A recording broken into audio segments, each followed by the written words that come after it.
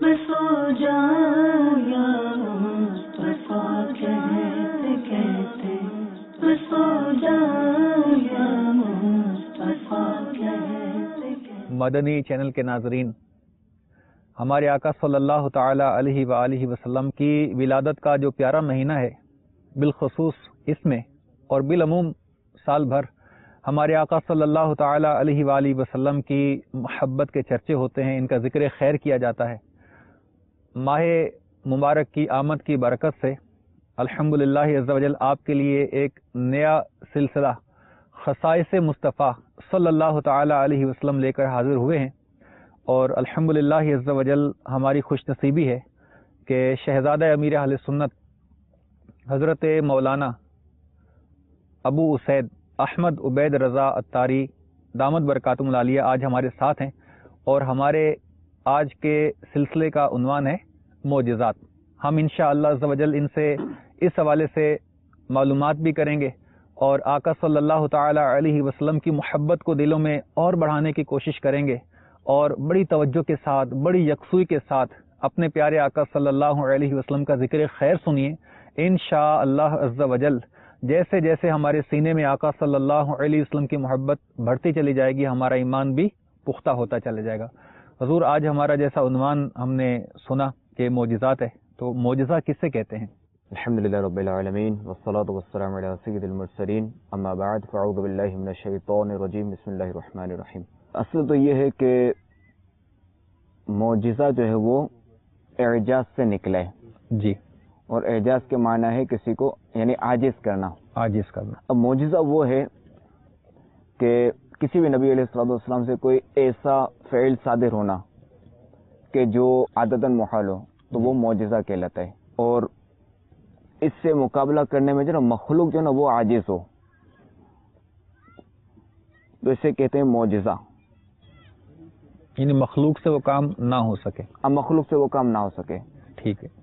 جیسے پتھر سے پانی نکالنا، سبحان اللہ، پتھر کا پیچھے دوڑنا، سبحان اللہ، اچھا 1-2 دن کے بچے کا کلام کرنا، ماشاء جیسے وہ ہے نا حضرت یوسف علیہ نبی علیہ الصلوۃ والسلام کا جو واقعہ ہے، جی تو اس میں جو ہے وہ بچے نے گواہی دی تھی۔ جی، اچھا اب یہ ہے کہ یہاں یہ یاد رکھا جائے کہ اگر یہی چیز اگر نبی علیہ الصلوۃ والسلام سے اگر ظاہر ہو اعلان نبوت کے بعد، جی، تو اسے معجزہ کہا جاتا ہے۔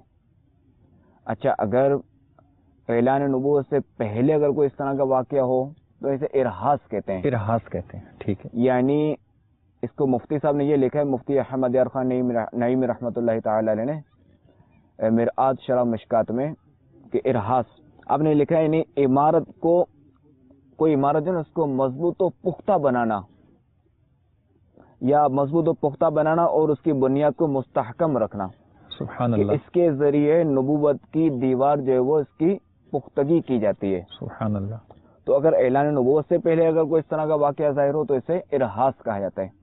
اچھا اب اگر اولیاء کرام سے اگر کوئی اس طرح کی اگر خلاف عادت اگر کوئی ایسا واقعہ پیش آئے تو اسے کرامت کہتے ہیں۔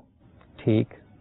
اب یہی اگر چیز خلاف واقعہ اگر کسی مسلمان سے اگر صادر ہو، کسی مومن سے صادر ہو، تو اسے معونت کہتے ہیں۔ معونت۔ اور اگر یہی چیز اگر کسی فاسق معلن یا اگر کافر سے صادر ہو تو اسے استدراج کہتے ہیں۔ ٹھیک ہے۔ اچھا یہ یاد رکھا جائے کہ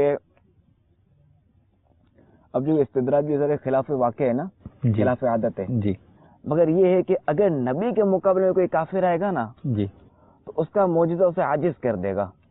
سبحان جیسے کہ اللہ، آپ نے سنا ہی ہوگا کہ حضرت موسیٰ علیہ نبینا علیہ الصلوۃ والسلام کا سبحان جو اللہ، عصا مبارک تھا، سبحان اللہ، تو وہ جب اژدہا بن گیا، اب چونکہ اس کو جادوگروں نے، چونکہ وہ فرعون نے جو جادوگروں کو جو جمع کیا تھا، جی، اب جادوگروں نے جب نے منتر پڑھے یا جو بھی انہوں نے پڑھا، جی، تو اب اس سے کیا ہوا کہ وہ رسیاں جو تھی انہوں نے رسیاں پھینکی تو وہ سب سانپ بن گئی۔ جی، حضرت موسیٰ علیہ نبی علیہ الصلوۃ والسلام ان کا عصا مبارک انہوں نے جب اس کو سبحان اللہ، زمین کی طرف جب رکھا، جب بھیجا، سبحان اللہ، وہ سب نکل گیا۔ اللہ اکبر، اللہ اکبر، تو چونکہ نبی کا جو معجزہ ہوگا نا، اس کے آگے کوئی بھی کچھ نہیں چل سکتا۔ سبحان اللہ، سبحان اللہ، سبحان اللہ۔ اچھا تب چونکہ ہمارے کلام کا جو موضوع ہے، جی، یعنی معجزہ لفظ یہ کیوں آیا، اس پہ کلام ہم کیوں کر رہے ہیں، جی، جی، تو چونکہ ہمارا جو مین جو موضوع خصائص مصطفیٰ صلی اللہ تعالی علیہ وآلہ وسلم، جی، تو اس میں ایک سے ہے کہ معجزہ. جی. تو اب ویسے تو یہ ہے کہ کسی نبی علیہ الصلوۃ والسلام کو ایک معجزہ عطا ہوا، کسی کو 2 معجزے عطا ہوئے، جو مفتی احمد یار خان نعیمی رحمۃ اللہ تعالی نے لکھا ہے جی، معراج شریف میں. جی. کسی کے جو ہاتھ سے ظاہر ہوا، تو کسی کے وہ سانس میں معجزہ تھا، یعنی بذریعہ سانس، جو کسی کی آنکھ میں. مگر آپ رحمۃ اللہ تعالی علیہ فرماتے ہیں کہ ہمارے آقا علیہ الصلوۃ والسلام کو تو ہزارہا معجزے عطا ہوئے، سبحان اللہ، سبحان اور اللہ. فرماتے ہیں کہ دیے معجزے انبیاء کو خدا نے، ہمارا نبی معجزہ بن کے آیا. سبحان اللہ، سبحان اللہ. اچھا، مفتی صاحب جو مزید فرماتے ہیں کہ سارے نبیوں کے معجزے وہ تو کس سے بن گئے، مگر ہمارے آقا علیہ الصلوۃ والسلام کے بہت سے معجزے اتا قیامت دیکھنے میں آئیں گے. سبحان اللہ، سبحان اللہ، سبحان اللہ. جیسے پتھروں پر جو وہ بعض اوقات آپ علیہ الصلوۃ والسلام کا نام لکھا ہوا آتا ہے، لفظ محمد آتا ہے نا، اس میں محمد. جی، اسی طرح بعض اوقات جو وہ جانوروں کی کھالوں پہ بھی لکھا ہوا آتا ہے، سبحان اللہ، اس میں محمد لکھا ہوا آتا ہے. بالکل. بعض اوقات ایسا ہوتا ہے کہ وہ کئی بار میں نے ایسی حضور 1-2 روٹیاں دیکھی ہیں کہ کسی نے روٹی بنائی ہے تو ہمارے آقا صلی اللہ علیہ وسلم کا نام ہے، ایسے دیکھیں نام وغیرہ جو ہے نا یہ لکھا ہوا آتا ہے. جی بالکل. اچھا، آپ رحمۃ اللہ تعالی علیہ فرماتے ہیں کہ سرکار علیہ الصلوۃ والسلام کی اس امت کے اولیاء کرام رحمہم اللہ السلام سے جو کرامات کا صدور ہوگا نا، جی، وہ بھی ہمارے آقا علیہ الصلوۃ والسلام کا معجزہ ہی ہے. اچھا، یعنی اولیاء اللہ کی کرامت ہمارے آقا کا معجزہ. ماشاء اللہ. تو یہ ہمارے آقا علیہ الصلوۃ والسلام کے زندہ معجزے ہیں. سبحان اللہ، سبحان اللہ، سبحان اللہ. تو ہمارے آقا کو جو ہے وہ ہزارہ معجزے عطا ہوئے، اور یہ جو تا قیامت چلتے رہیں گے. ماشاء اللہ. آئیے سیدی اعلیٰ حضرت علیہ رحمۃ اللہ العزت نے جو سرکار علیہ الصلوۃ والسلام کے حوالے سے کلام لکھا ہے وہ پڑھتے ہیں. مرحبا.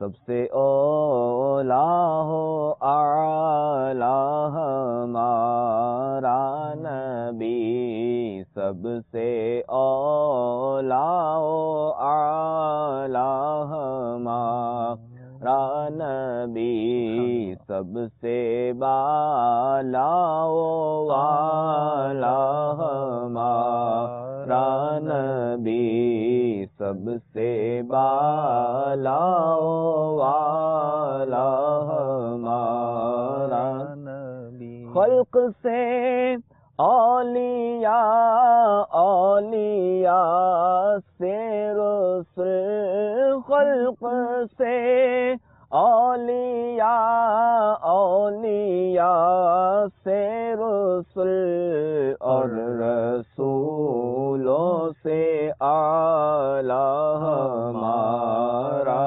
نبی. ملک کونین میں انبیاء تاجدار، تاجداروں کا آقا ہمارا نبی، تاجداروں کا آقا ہمارا نبی. صلو علی الحبیب صلی اللہ تعالی علی محمد